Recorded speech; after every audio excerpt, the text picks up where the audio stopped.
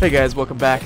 I'm gonna be doing my rotation kind of videos now to just give my perspective on how to get the feel down for enhancement shaman attacks and playstyle.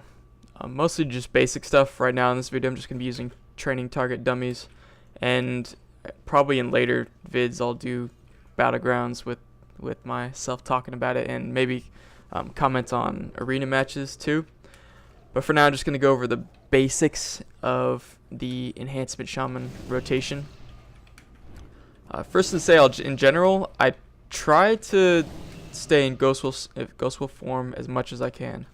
Like when I'm not on a target, when I'm not in melee range of a target. I have my Ghost Wolf on Z, and it really helps me to, you have to really have it accessible to maximize your mobility, especially if you're going to be using the Ghost Wolf Glyph, which I'm not using now because I typically run with I've been running with the Holy Pylon lately.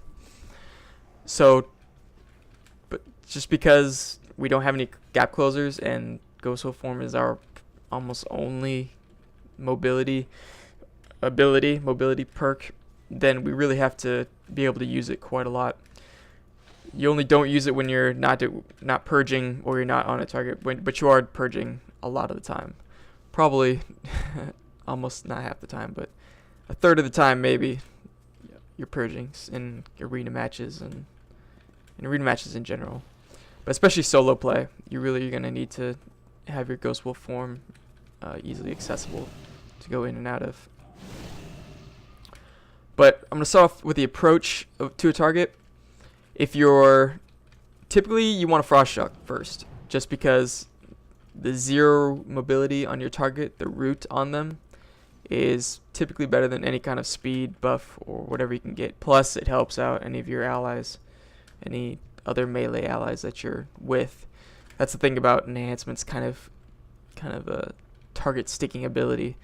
It helps where it's mostly slows and roots, which not only helps us, but largely helps our allies as well. Just because it lets them stick on targets more, like you're running with a warrior or even a ranged class, whatever you're running with. So it's typically Frost Shock. And if you're slowed, you do not want to Unleash Fury, because you won't benefit. I'm gonna assume that you're running with Unleash Fury right now. You won't benefit from the speed boost as much. You'll benefit a little bit, but not as much as you will if you're not slowed. So if you're slowed, you typically don't wanna Unleash Fury after you Frost Shock. What you usually want to do is either Purge or just Ghost Wolf on your way there.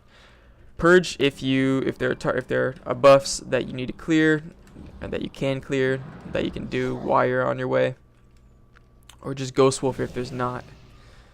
That's really all you're doing at range. You're Frost Shocking or maybe Unleash Elements, purging and Ghost Wolfing, and maybe dropping totems as well. Well, my typical approach is Frost Shock, and if I'm not slowed, Unleash Elements, and then Ghost Wolf. Sometimes what you can do is if you're not slowed, and especially if you're at max range, especially if you're not in Frost Shock range, is just Unleash Elements first, and then just go and rush straight into Ghost Wolf. That's what you should be doing most of the time if you're not slowed. After you Unleash Elements, don't purge. Maybe not purge, because there's only about 3 seconds that you can get a 200% speed boost or 200% movement speed after you Unleash Elements. It's usually better than purging after you Unleash, unless there's really stuff that you really want to purge while you're closing in on something. So sometimes you just want to Unleash and then purge. But usually Ghost Wolf forming will help you close a lot faster and just actually start getting melee attacks on the target. But typically, when I'm slowed, I'll Frost Shock, and then I'm in Ghost Wolf form. Now I'm running at basic movement speed. Then I'll Unleash right when I'm a few feet away of the target, a few yards away, whatever the measurement is. And then Storm Strike when you get in, Lava Lash, and then drop totems. Then you drop Searing Totem. That's in consideration of your damage. Searing Totems doesn't actually increase your damage that much at all. Besides, yeah, if you're in melee range and you have Storm Strike or Lava Lash up, you shouldn't really drop your Searing Totem. You should just use your Storm Strike and Lava Lash and Unleash Elements too, before you drop really any kind of basic totems like Healing Stream or Searing Totem. The Searing Totem doesn't actually increase your damage that much. The most important thing Searing Totem does in PvP is give you Dispel fodder, because you have this 5 stacks of Searing Flames buffs that, especially if you're facing another Enhancement Shaman or you're facing a Mage or Hunter, really anything, 5 classes can purge now, purge stuff off now. Especially if you have a healer on you. You really want those useless kind of buffs on you to stack. You get 2 extra ones from Unleash Elements too. You get the speed and the lightning shield procs that can happen, which are also kind of dispel fodder. But that's Searing Flame's biggest, most important function in PvP for an Enhanced Shaman right now. Because I know you look at when you fight other Enhanced Shamans, you know, because you see this 5 stacks of useless Searing Flame buffs that you're trying to purge through if you do need to purge through something, if you're trying to.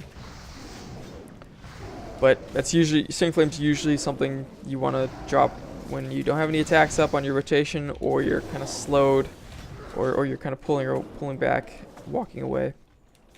And it's not something that you want to use in melee range while you have other attacks up. Maybe Frost Shock. Or you're shocked. Sometimes if you're in melee range, you don't even want to shock unless it's a melee class and you want to do Earth Shock to get the 10% damage reduction on them. That's really important against warriors and death knights and maybe rogues too, and other shamans, hand shamans. But other than that, you typically want to save your shocks for if the target has an escape ability, has a way to escape you and easily, and you'll need that Frost Shock again to close back in on them. So then you drop your Searing Totem, drop your Healing Totem. You want to drop your Healing Totem almost on cooldown, really. It's last 15 seconds as a last half the duration, and it typically doesn't. It's typically not burst healing. It's just over time healing, so it's not really better to drop it when you're in trouble, because it's so small that it might not make that much of a difference. It's probably better to just drop on cooldown whenever it's up. And other than that, when the time to drop your like Ghost Wolf or even Fire Elemental is when you're outside of melee range or you're in melee range and your attacks are cool or attacks are down. Now with that macro that I shared yesterday with my Storm Strike Lava Lash, it's perfect because Storm Strike is the biggest bulk of your damage, and you always want a Storm Strike on cooldown almost. Now with purges, it can get pretty complicated. Like if you're in melee range and target has a lot of hots or shields that you just want to get off, then you should prioritize purging even if your attacks are down. Because typically in arenas especially, you get kills sometimes. Well, it depends on what comp you're running sometimes, but you get kills by clearing a target first and then using your attacks while the healer's in a CC or something. If a target's low, you usually don't want to purge unless there's a shield that you think you can get off immediately, or there's some kind of hot, like an earth shield maybe, that will really help you take a target down. Like that's when you should maybe prioritize purge over your 3 hardest hitting attacks. But you really actually just most of the time just want to use the attacks, especially Storm Strike, Unleash Elements. You just want to use them on cooldown most of the time. It depends on the level, the HP level. And I'll be doing other videos. I'll be doing actually like battlegrounds and probably comment on some arena videos and my rotation in them to kind of explain how I prioritize my attacks when. Because most of the abilities are situational. It's not like a rotation. It's all dependent on what situation you find yourself in. When you should Capacitor Totem, when you Healing Tide if you have that, or Ancestral Guidance if you have that. When you Rage, well that's kind of separate. The attack rotation itself is pretty basic. It's just the most complicated thing is just when you should purge, when you work in purge, what buffs you need to worry about, when you yeah. But the basic thing about the attacks is never use unleash elements when you're slowed and when you're trying to close in on a target. Just use frost shock and ghost wolf form to close in. Only use unleash elements when you're about to close in, and then we can use it and then storm strike right after, and then you can get a pretty hefty amount of burst when you close in on the target. Get all the auto attack procs from Unleash Fury plus the storm strike. So you coming in, unleash Lava Lash and auto attacks with the lightning shield procs.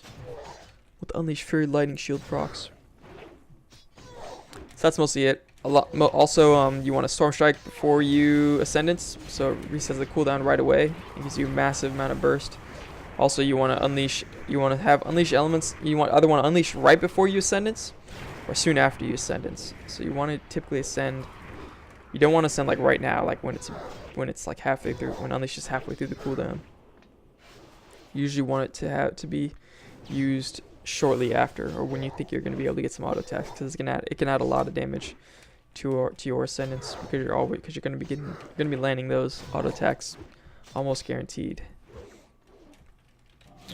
So it's typically, when a typical run in, it's Frost Shock, Ghost Wolf, or Purge. Once I get closer, Unleash Elements, Storm Strike, Lava Lash, Earth Shock if it's a melee, Searing Flame, Searing Totem, Healing Stream Totem.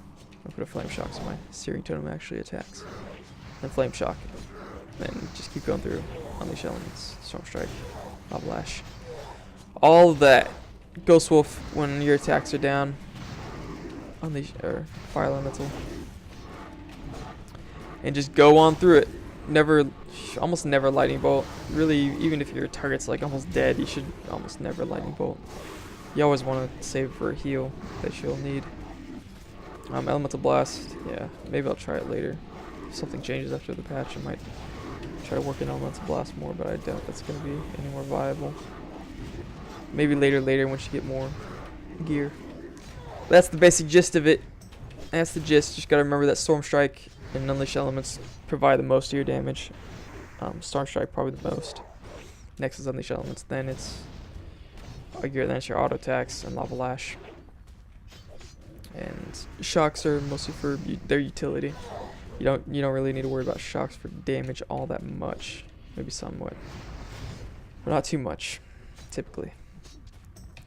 Also, sometimes you can, if you're free, Storm Strike and Root, and then move your capacitor. That's if you want to engage with the capacitor totem stone, which is pretty helpful.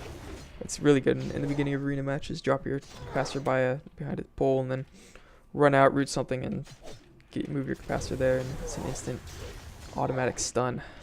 That's pretty helpful. Alright, thanks for watching. I'll be doing other videos in more specific PvP contexts later, and look forward to those. Adios.